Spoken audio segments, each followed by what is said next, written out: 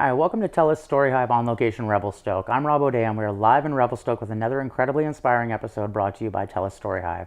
Today we're sitting with Angie McLeod, an incredibly talented, not only journalist, artist, mother, event coordinator, but she is a multifaceted powerhouse from Revelstoke.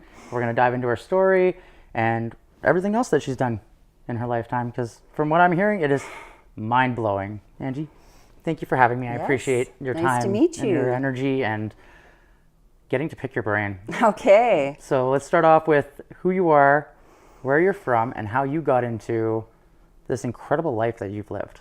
All right. I'm Angie. I feel like I'm from Revelstoke more than anywhere. As I mentioned quickly before, I have moved over 100 times, mostly in Western Canada, mostly small mountain towns. Although I have lived on the coast, and when I was younger, I chose to live and work in Zimbabwe with animals to just, I guess, satisfy the travel bug that is just a part of my nomadic spirit and has probably led me to keeping creative expression in my life, whether it's a side gig or a job or even volunteering with something through my kids. So, yeah. I love it. And when we got here, you showed me all of these incredible pictures and these stories about moving to Zimbabwe, and how I want to dive into that at the beginning of and dive into later years in Revelstoke. But being a young female choosing to cross the world, and go to Africa to work with animals, what sparked that, and how did that end up being a reality? Well, at the time, I was just eager to travel. I'd already done a bit of living around Western Canada. I was living in Calgary at the time when I was about 22. And I decided, if ever, this was the time in my life that I had the freedom to do a big trip overseas. I had no mortgage, no car payment, no relationship that I was in a major commitment to. So I worked really hard, and I had a friend who had been graduating with her degree from anthropology. And she wanted to go to Africa. I was game to go almost anywhere at this point. And so I saved up and I chose Zimbabwe because they had the big 5 African game animals in the national parks all over the country. And they bordered with Zambia, one of the natural wonders of the world, Victoria Falls, which is close to 2 miles wide during the wet season. And it's over 110 meters from the falls down to the canyon of the Zambezi River. So those were the draws. Plus, at the time, our dollar was about like 35 cents Canadian. 25 cents to 35 cents Canadian was $1 Zimbabwean.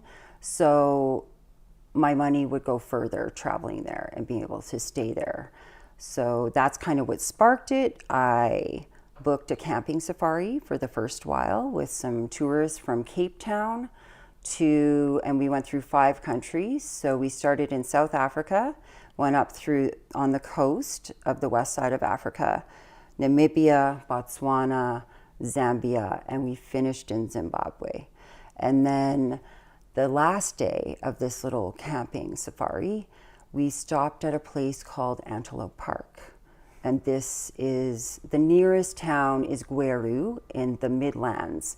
So it's actually one of the cooler areas because it's a slightly higher elevation in this part of Zimbabwe. And we got to walk with these little baby lion cubs, some of which I've shown you there. And they're so sweet. And while I was on this activity, I signed up, yes, that's one of the little babies at the park. And of course, who doesn't want to be around that more? Yeah. Right? And so, and I'm like, Yeah.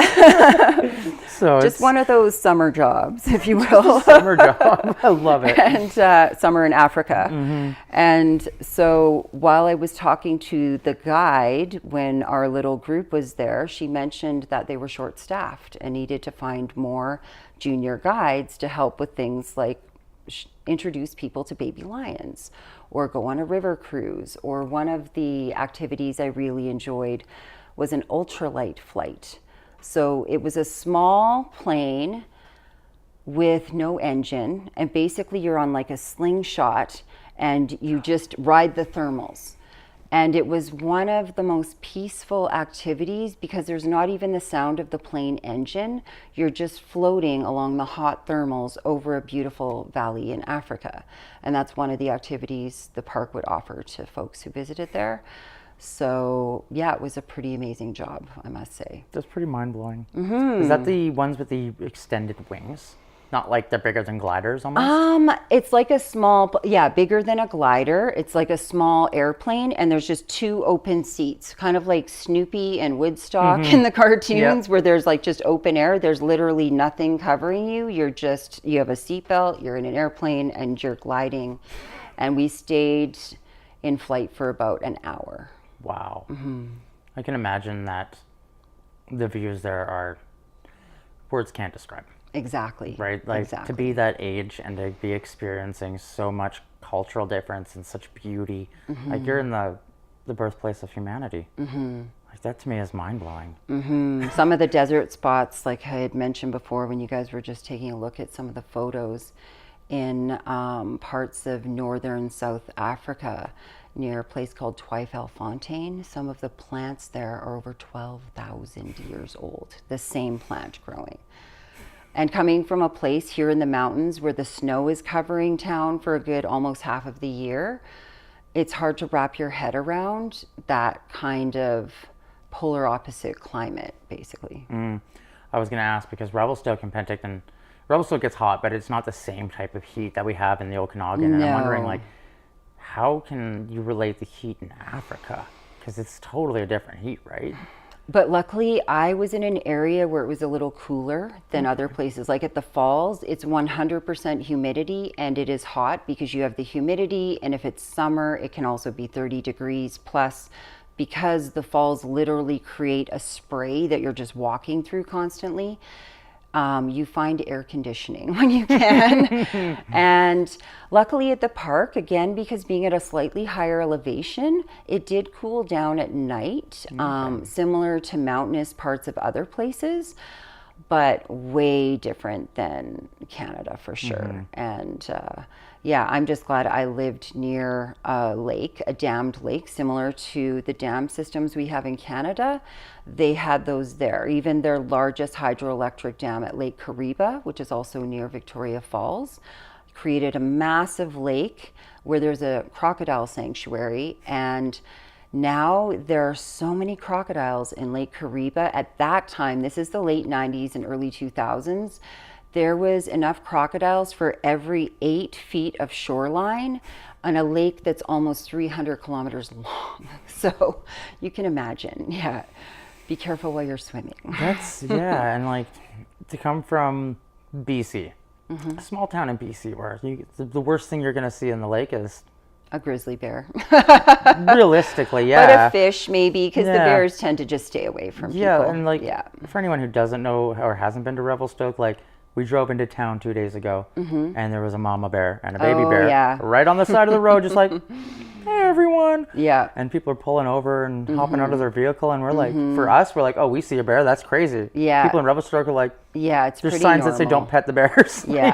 So for me, it's like even the cultural difference between Penticton and Revelstoke is mind-blowing for me. But to be from Revelstoke to Africa, and you're dealing with elephants, giraffes. No electricity, rhinos, lions, like that is a whole different venture that you never hear anyone doing. And it just led you on this beautiful road. Definitely. Like, you got like you met your husband and you had kids out there, and like you got to live in Africa for how long?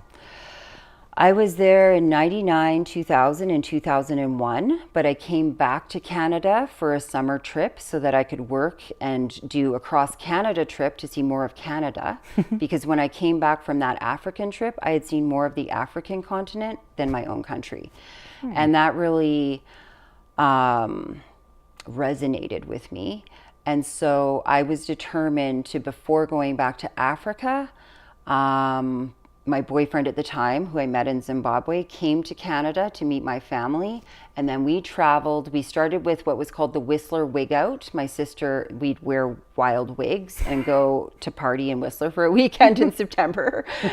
And then we went across Canada as far as New Brunswick and stopped to see some family and friends along the way. And then we backtracked to Toronto and flew back to Africa, and we traveled for about 6 months before we got married. What a beautiful story. Yeah. How was his experience in Canada? Was that his first time? He still lives here. Yeah, we're not together, but I also sponsored his mom, and brother and sister came over because of the political war basically happening in Zimbabwe. Before we left, his mom said, I can never imagine leaving Africa. And in less than a year, there was like tear gas being let off outside of her business, and the safety and conditions had changed dramatically. So we worked to just make sure they could come to Canada, and they're still here. Yeah, they're now, his mom and sister are citizens. And my boy's dad is still working and living in Alberta, and he hunts here as well. And all three of my boys hunt as well. And one of them is actually starting a backcountry job near Rocky Mountain House, doing backcountry guiding and hunting and fishing, much like me and his dad did on the other part of the side of the planet, basically. I love it. And you also said that all three of your children have followed in your creative aspects as well. Absolutely, especially music. All of them play different instruments. My oldest, Malachi, he plays the drums. He started with the clarinet and trombone. They all play a bit of guitar. My middle son, Caleb, plays tons of guitar, mostly focused on guitar. Him and his girlfriend have a collection of about 8 guitars now. And then Joshua, like yourself, they all love hip hop and all kinds of genres, but Josh has started to perform and create and produce his own stuff with other artists in the Alberta area mostly, and just performed a show to help with some of the celebrations around the Indigenous holiday we just had. Him and a bunch of other artists in Calgary were part of a collaborative show on the 19th. So he was pretty stoked about that, and sad to miss this because he was hoping to speak to you as well. I'll definitely sit down with him and pick his brain one day. Yeah, he goes by Wendy as his stage name, but it's really great to see them all express it still, and mostly self-taught because there were no music programs in some of the schools they attended. Sadly, there's a lot of cutbacks in arts and culture, and it's something that I feel like we've seen post-pandemic, people crave more than ever when our communities celebrating art and culture and that expression.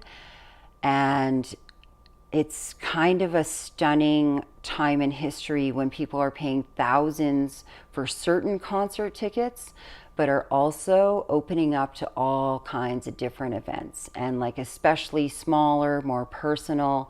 And that's my style for curating events. I like to have one-of-a-kind things at, if possible, a one-of-a-kind location, whether it's a private home or property, or if it's on the side of a mountain and you have to hike in, or you need the GPS coordinates to get there, or the host to shuttle you there. And I find the artists that I've worked with, whether they be musicians or painters or visual artists, or even working with fabrics and a part of a pop-up event, they love the intimacy of a smaller event, whether they've toured internationally or they're just starting out. It's less nerve-wracking to have just a small, comfortable group of people who are all a little more at ease than a stadium of 50,000 people and that kind of attention on the stage.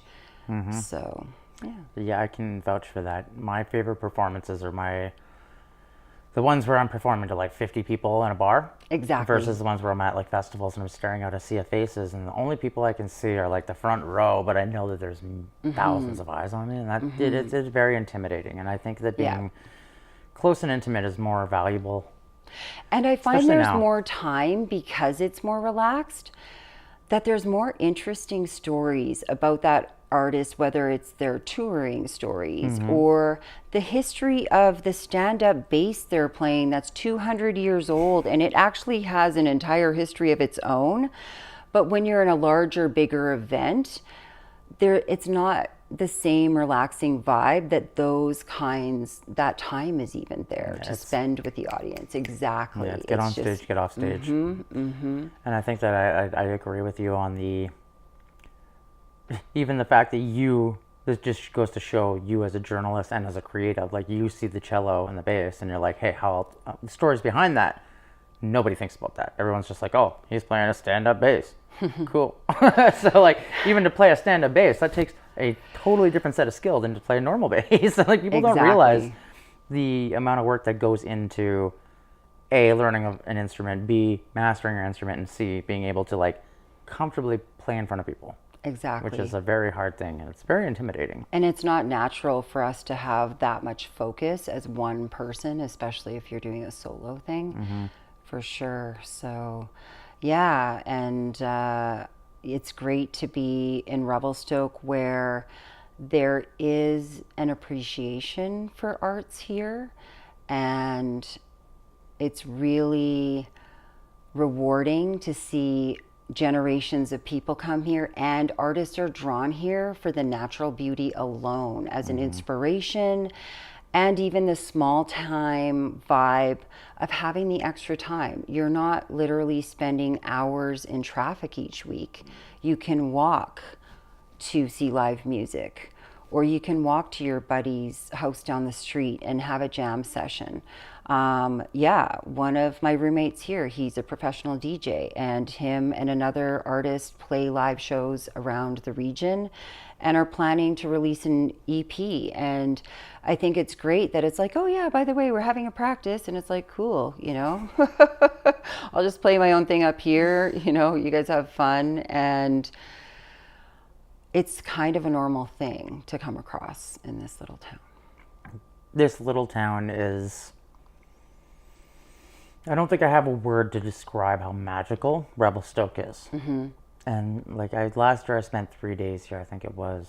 2 years before that was 1 day. We did a day trip basically to film, but every time I come back and I actually get to like spend time in town, meet more people, and like this time is way different because we're speaking with 10 artists, and we actually went downtown and into I think 3 galleries and saw like Haley's work and like the amount of talent that's here. And it's like we can't get them all. I wish I could sit with every artist from Revelstoke and hear their story, but like we have to pick and choose, and I like that because we get to give some well-known artists their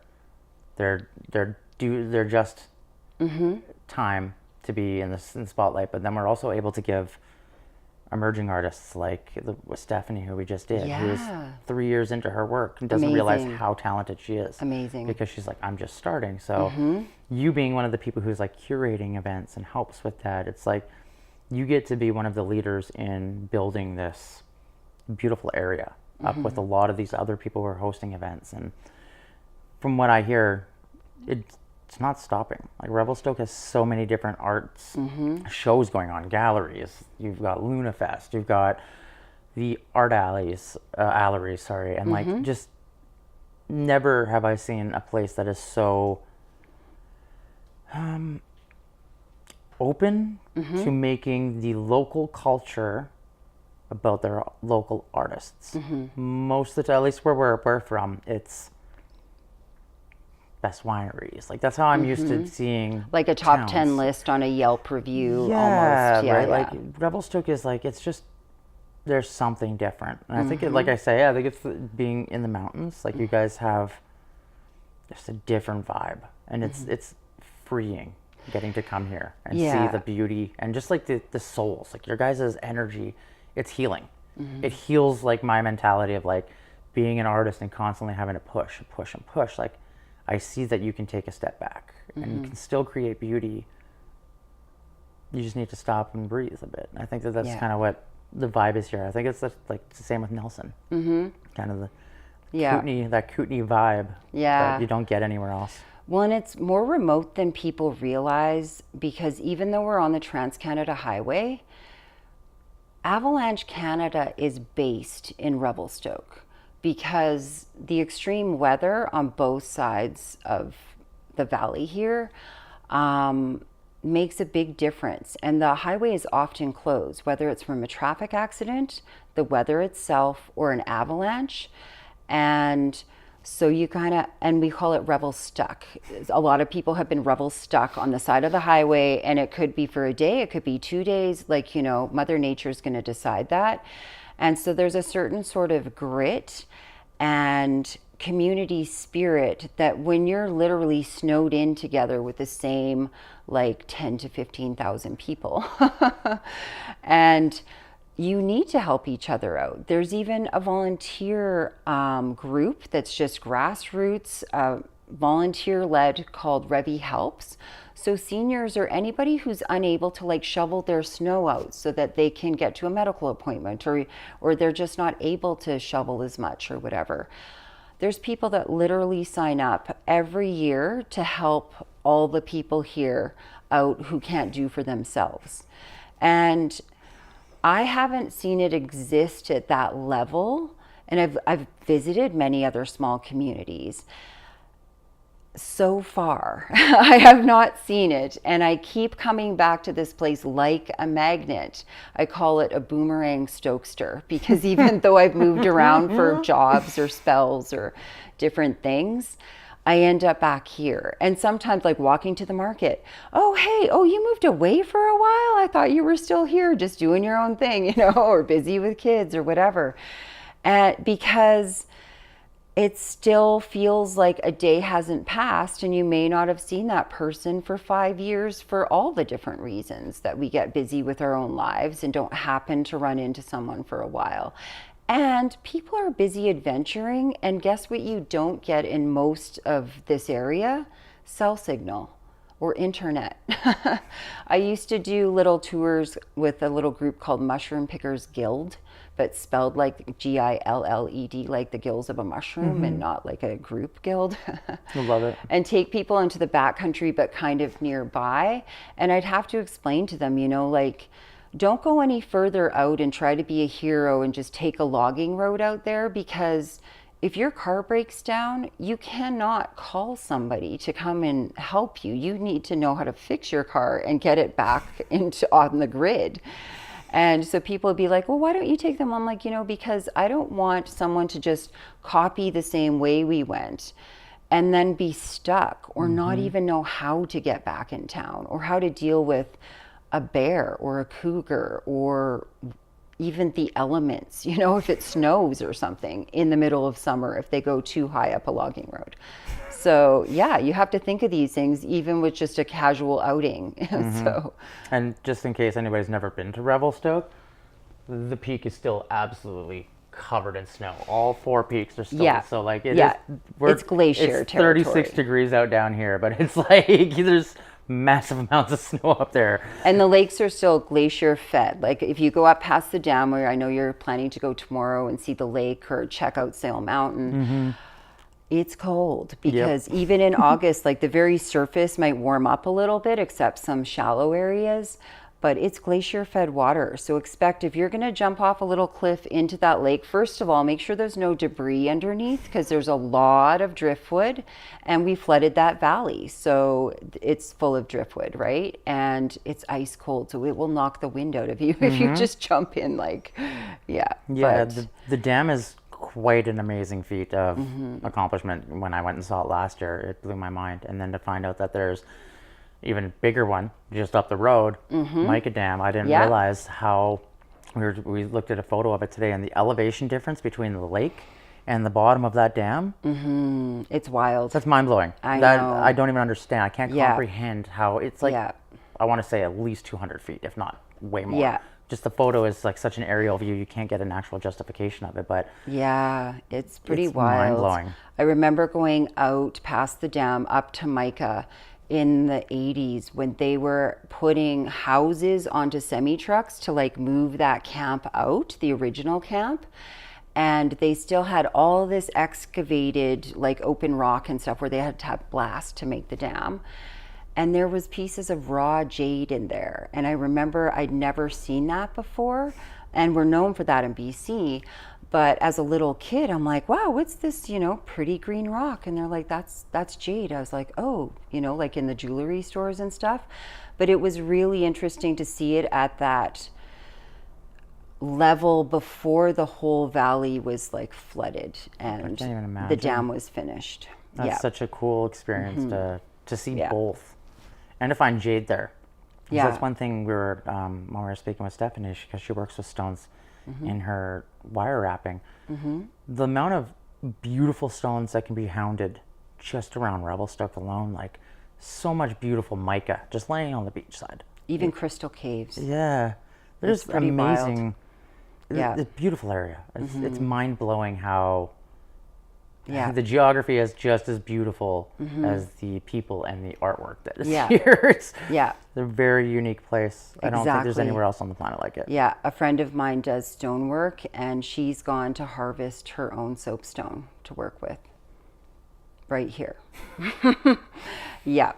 Yeah. How do you? She learned from a guy who worked in geology and he took her out and showed her how to even look at the strains and how to harvest soapstone So that's mind in a blowing. respectful way. Yeah, it's pretty wild. And I like that. That's one thing that I find you just actually had a very key point, is that respect. There is something out here that is like, it's every person we've spoke to is in tune with nature, and they're like, they Yes. respect Revelstoke for its natural beauty, and no one wants to see it get destroyed. Absolutely, absolutely.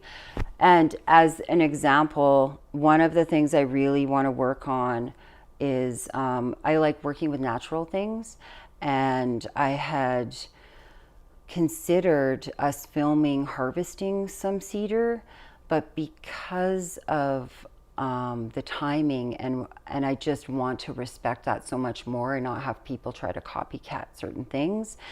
And there is a respect, especially culturally. I do have some First Nations background, and some of the courses I took from Inauken, the campus is in Penticton, but UVic was the accrediting university I went through.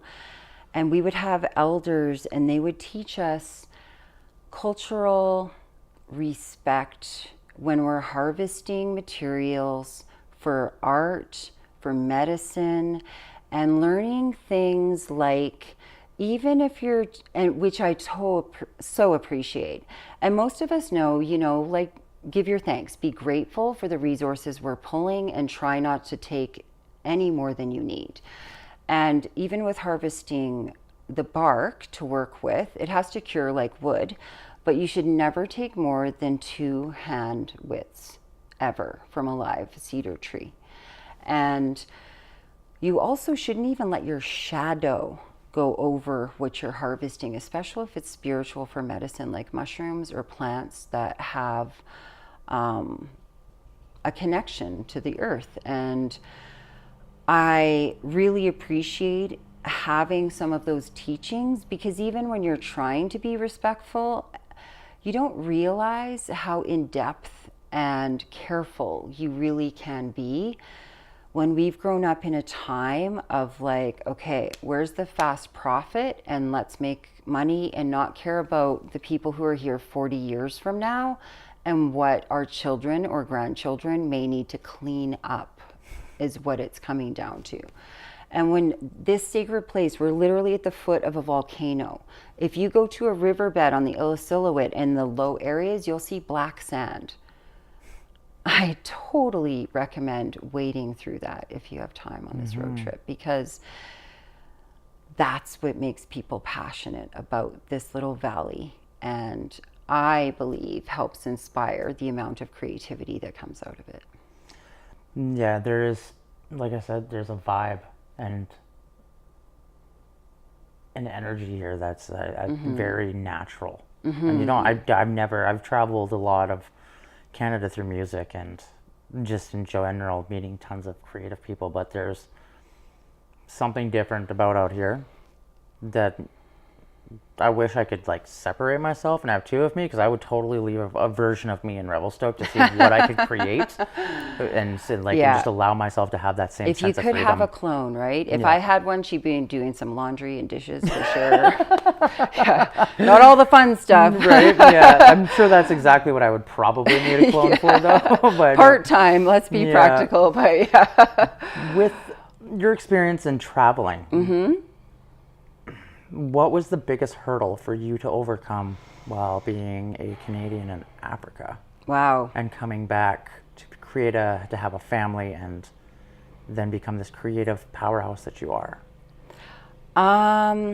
Some of the challenges, I think when I was in Africa as a young Canadian, who is basically stereotyped as a tourist. Let's face it, when we're in other places, we are going to experience that. And it was an interesting culture shock leaving Africa when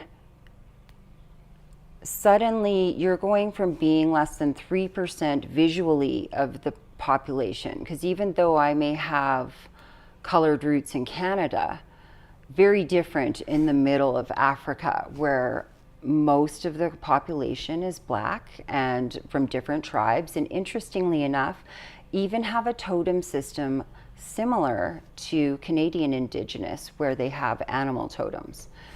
So my matriarchal by my birth roots is Eagle from Coast Salish, Wee-Wai-Coom, Campbell River, and I have Cape Mudge background as well on my birth father's side. And I've met people in Zimbabwe who their last name means fish. If you translate it from Shona or Ndebele, they can't eat fish.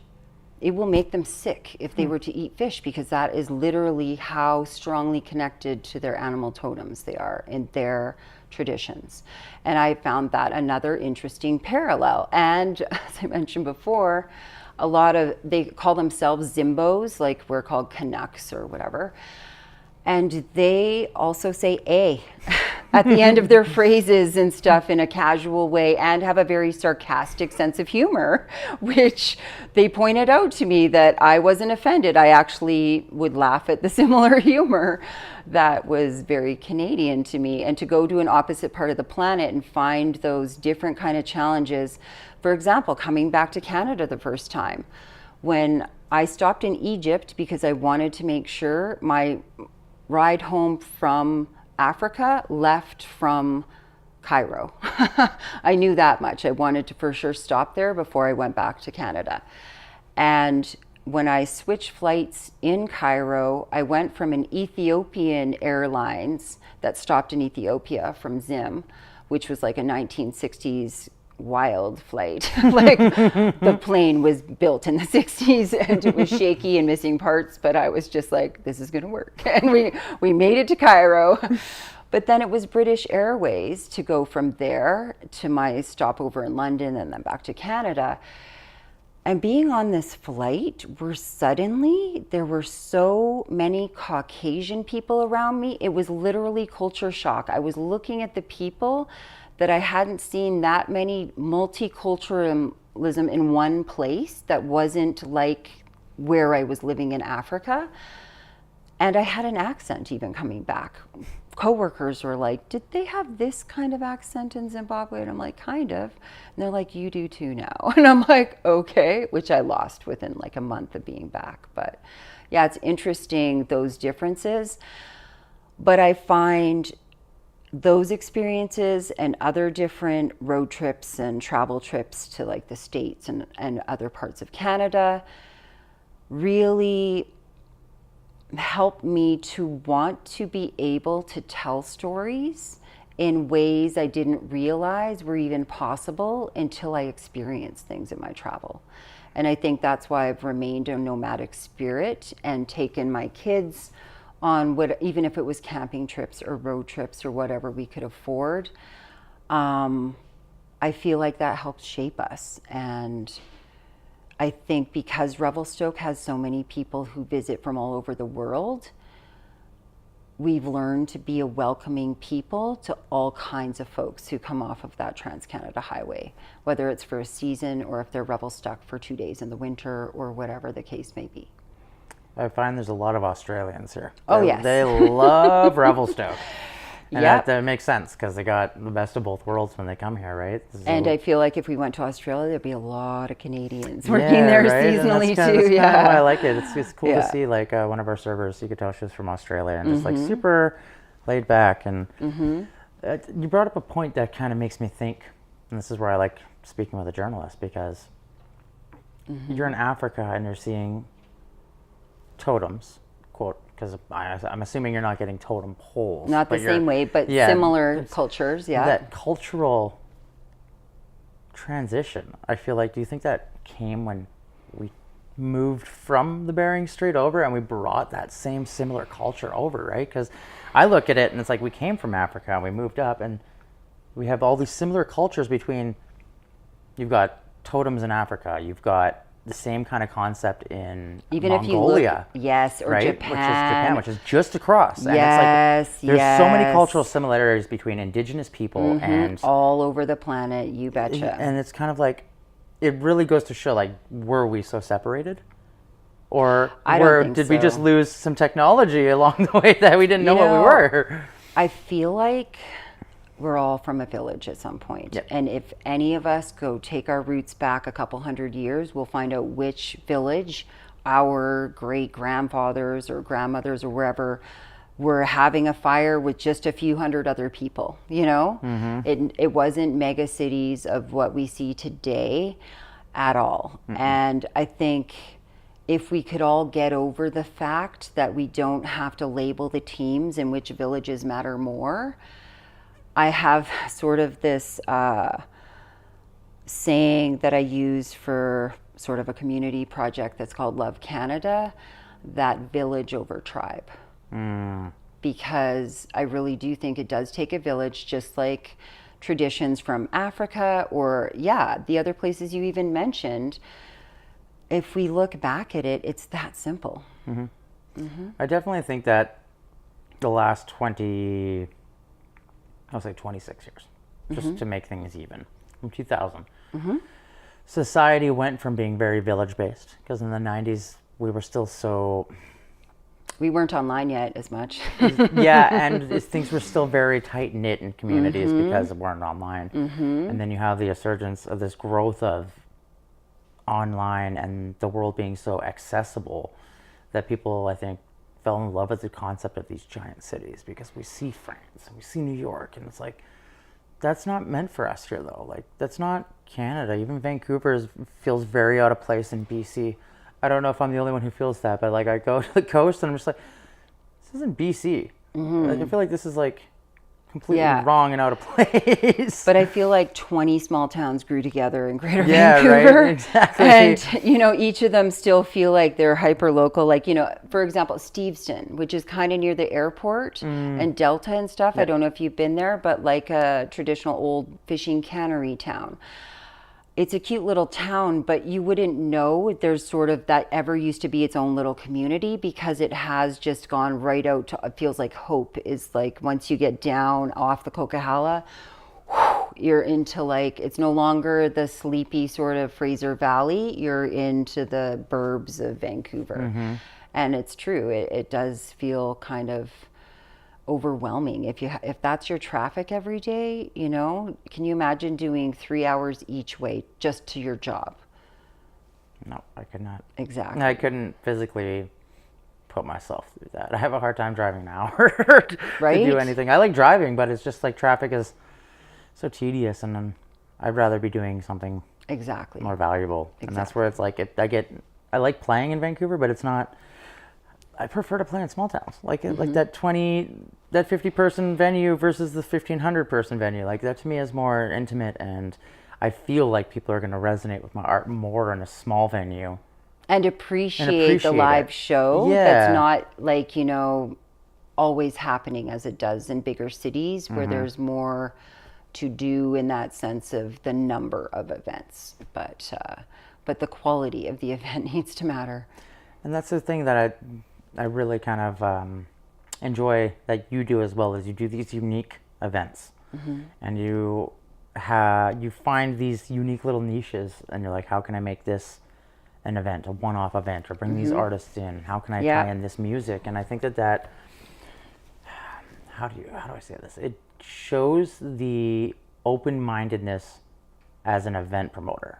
Okay. And or as a journalist who's just trying to learn more knowledge, because that's, at the end of the day, as a journalist, that's both what we love and what we hate, is constantly having to learn, and then you find out something that you didn't want to know, and then you got to dive into more research. It just becomes like this never-ending circle. Yeah, And I think 10 rabbit holes that you didn't know would exist. Yeah, for sure. Research is wild. Right? Yeah. And it's kind of hard when you're like coming from that logical mind, that investigative mind, to go into like set up an art show. Because now you're looking at all the problems that are within the scene and how you can change them. And as a promoter and an event promoter, do you ever find that sometimes you hit a roadblock that you realize maybe you have to stop and take a step back and look at the event itself and what needs to change? Absolutely. Yeah, I think a key part, especially like coordinating overall, is being able to take a step back, look at the big picture, because there's so many moving pieces, especially if you have multiple artists and different kinds of mediums and a schedule that may go from one day or over the span of a week. Like, all of those things can go wrong. And you need to be prepared for the contingency plans, right? Okay, everything is set up, everything's prepped. However, we also live in a place that someone literally might get stuck behind an avalanche, even if you've worked on it for 2 months for that one thing to be, a feature or a big part of a certain event. And I've learned, and this I love, working with a lot of the local and emerging talent, because these are the guys who are saving people and show up when somebody on a poster literally is blocked on the highway from weather conditions or a traffic accident or something. And there's a lot of local talent here where they need to get fair pay. This is another thing I try to advocate for, especially with musicians, because I don't feel like it's fair when in many other business transactions that are outside of creative entrepreneurship, hospitality and accommodations and travel time, that's basically a given, that's in your contract, or you don't want to take that gig. But us creative folk, you are almost having to live on passion and creative budgets to even have any kind of tour. And that's even just a 2 or 3 location tour. And so I really did try to work wherever I've done events to make sure that local talent is getting the fair pay, and that they're not just getting a lesser rate or just a free jug of beer as just, here's a temptation, like, we'll give you some free beer and nachos. It's like, I feel like they can afford that with the jobs they have to do before they have to set up their stage and do this and do the sound check, and then make sure they've got all of the band members that still have full-time gigs to pay their rent together to save a venue from not having any show. And that's been a challenge, and will always be a challenge. And I'm sure you've seen, as a performer and doing film work and helping other creatives and stuff, different things that have been attempted to make that better, like adding a tip where people can choose to like tip the musician.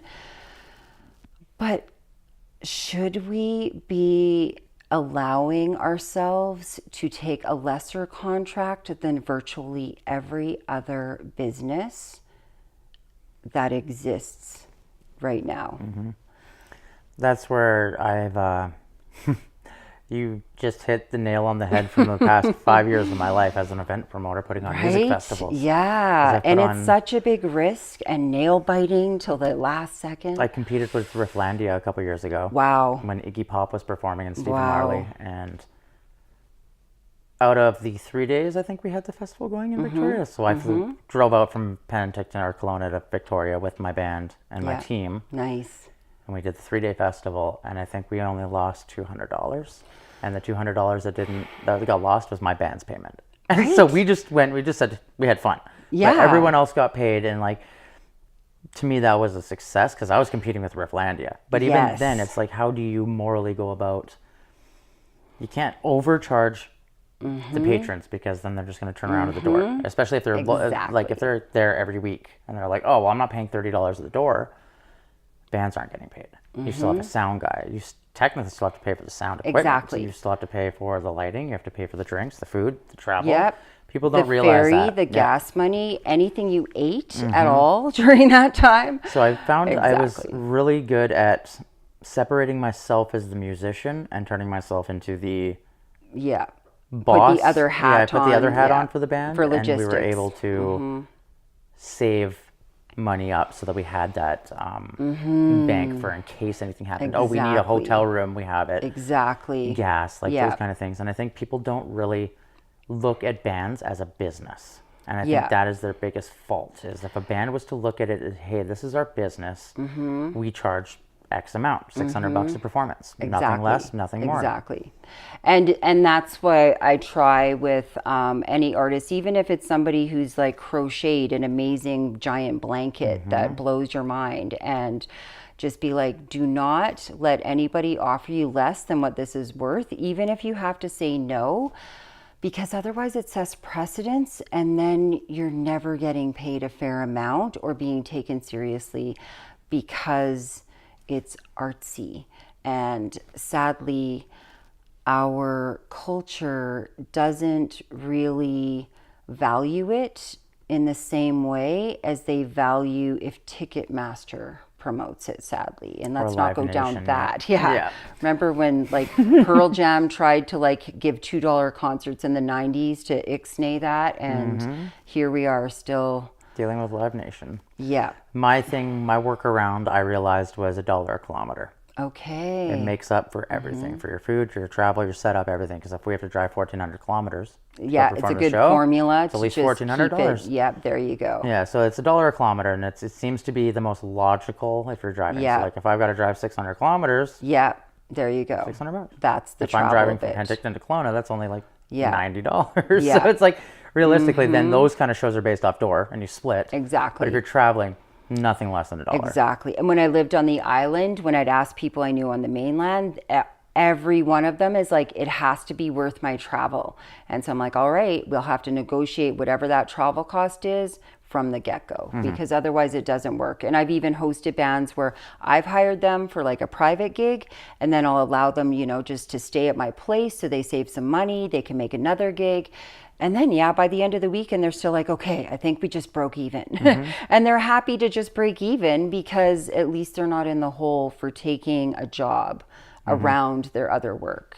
And that's the difficult part, is I think being a performing musician since I was 10, so I'm at 26 years now of being on stage. Yeah. And I'm like, I know when to pick and choose my battles, and which shows are worth my time and which are not. And I've realized it wasn't until the last like 4 years where I'm like, okay, my value of my time, my energy, because if I'm performing, that's taking me away from my video work. That's taking me away from my kids. That's taking me away from being at home. So it's got to be worth my time. And I've realized it's a lot easier for me to book a tour for myself Precisely. than it is for me to book a band, because that's 5 bands, 5 schedules. Exactly. So it's a lot easier for me to just pick up a microphone, a laptop, go with my DJ for a couple of weeks, and go on tour. But you have to be very selective. And sometimes you got to know when to put on your jerk hat and be like, nah, you're giving me what I'm worth, because I promise you by the end of that performance, you're going to want me to come back. Exactly. But without coming off as a jerk. Exactly. How do you pick and choose that battle? Yeah, it's a fine art, just dealing with the logistics of pulling off an event happening. Never mind the ticket sales and how many people and all the rest of it. But a lot of people, they don't know the mega hours and the skills and life experience that you need to be able to even do that for yourself and not have to pay a manager and a promoter and other people to do that for you. So yeah, then that's where I think getting to speak with somebody who understands not only journalism for what I'm doing as a current job, but as somebody who also puts on events and understands that puts on events for the artist, not for themselves. Because that is one thing I see a lot, is a lot of promoters nowadays are putting on punk festivals or things just for this clout because they think they can. But at the end of the day, it's like, are you putting it on for the right reason, or are you just putting it on because you can?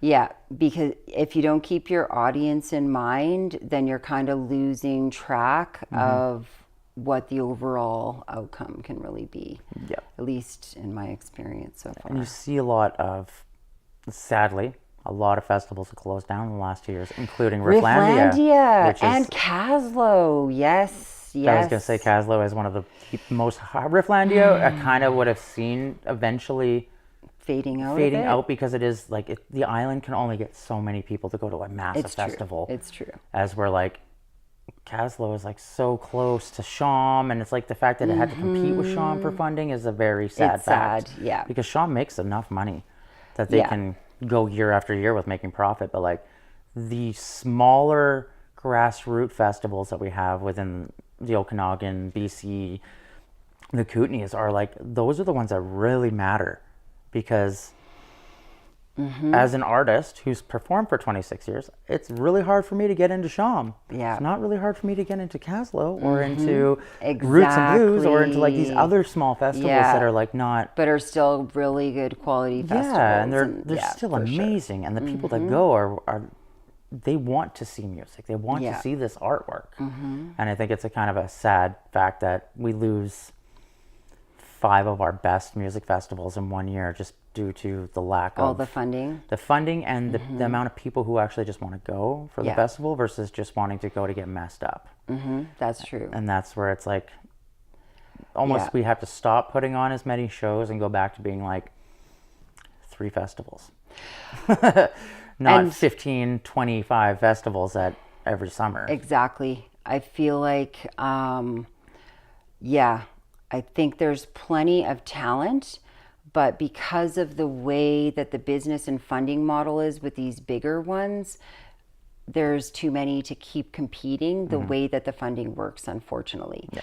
And that can change in a lot of ways. A big way it can change is actually if our government at any level, whether it's here municipally, provincially, or especially nationally, put more money into the arts and culture, so that in a way where it's not a competition to get this little tiny pot for each community and only have 1 or 2 key events that you can even afford to have with even a lot of volunteers helping. And what I hope happens is that more grassroots, unique little events happen, and more people, I do believe, will still attend these kinds of things.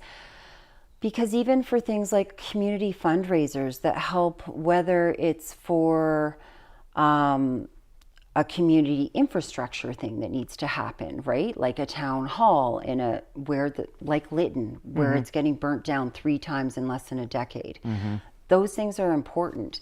But I also feel like a lot of people would be happy to like donate $15 to $20 within their spending and more if they can, to a show that's put on in their community and has great talent, and everybody gets paid. And everybody's happy with a live show, and there's zero corporation that's taking a huge percentage of any tickets sold at these smaller grassroots events. And sadly, I know the pandemic shut down a lot of community celebrating and events the way any of us have been used to before the last whole decade unfolded. And I like to think of it as a blank canvas, because I feel like we need to, so that hopefully all these amazing, talented people that are here, and like yourselves coming from the Okanagan, further down the valley, can still have a place to celebrate and can hopefully encourage our youth and children and everybody else, like, you know what? This is worth putting your time and energy and passion, especially all of us have creativity inside of us. And if you're in front of, like, say, an audience, and if you ask them, anybody a percussionist, and most people, because they're shy and don't want to be on the stage, well, even if they are a percussionist, are not going to say, oh, me over here. But if you're like, does anybody have fingers and can do this? We have a room full of percussionists right now. And you know what I mean? And it also can take a certain kind of person who's comfortable on stage to be able to sort of coordinate even the audience having that level of engagement. And in a setting that's more comfortable, which you guys may feel that even in your interviews with this show and project, coming into homes where people are already a little more comfortable, where they normally just relax, must be different than when you're interviewing, say, at a live show or in a community where there's other people seeing the interview happen. That must be a different vibe. It is and it isn't, because I like to think of our shows as just a one-on-one conversation about having two creative minds having a really deep conversation about the respected industry that they're in. And luckily for you and I, it's both journalism and putting on shows and events, because journalism for me, I never really thought never would have thought of myself as a journalist until realizing that is exactly what I'm doing with this job. Is I'm being a journalist. I'm documenting what people do with their lives, and I tell that story in the through end. film Through as film and well story. as, And I've always realized now, like, as I've grown and I start to do this more often and more, that because I'm realized that is what I've evolved into, from a musician to this storyteller, which is really no difference between my lyrics, stories I tell there, but the stories I tell now are I want to make a change and do it in a way that people will understand and don't feel like it's being shoved down their throat, kind of a thing. Because a lot of documentaries I find are like, here's my viewpoint, that's it, take it. And it's like, that's not how I feel as a filmmaker, a journalist. Like, I like seeing as a Gemini, I'm like, there's two perspectives. There's multiple perspectives, but I always seem to be hyper-focused on one. And that is usually the artist's best interest. So being able to step outside and view it as like, hey, maybe the artist isn't always right. You know what I mean? Like, as an artist, it's hard to admit, but there's so many times where I've walked into a show thinking that I deserve more and not realize that the background, how much is actually going on. Like, oh, he spent $2,000 on sound. He's paying the sound guy $400.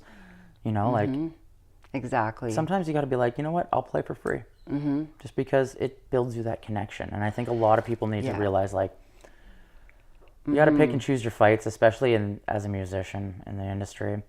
It's not, we're competing, as I've said for the last couple of episodes now, because as a musician, I'm kind of glad to step away from music. Like, I still like doing my hip hop. It's easier for me to do hip hop, but as like a band setting, because we're competing with AI now. And it's at the point where you genuinely cannot tell if it's a human or if it's AI.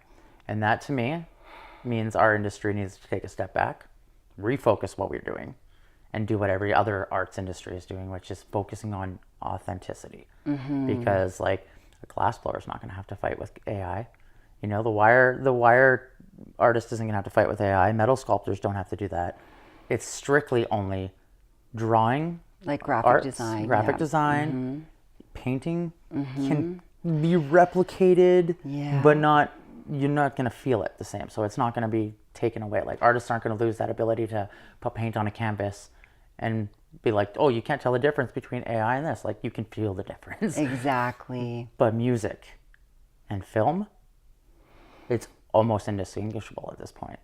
And that's scary to me. It is pretty wild. I've seen some different AI videos of AI produced, stuff, and it's kind of mind-blowing. But what gives me some comfort is that the things I choose to participate are in real life and live. And I've always enjoyed working with people, whether it's in the front lines of like social work or healthcare, or doing live shows where I literally am working with the musicians and the venues and sometimes the audience and trying to, in this town, it's great because you can get a text and it'll be like, we need more dancers. And it's like somebody you know who's got a live band and it's like early in the night and it's like, okay. And you know, you see who's going to still downtown or wants to go see something live. And that energy from being in person in a shared event, especially for me, live music, because it's so moving and it affects a different part of your brain. And I even remember doing an online course and it was about pain science.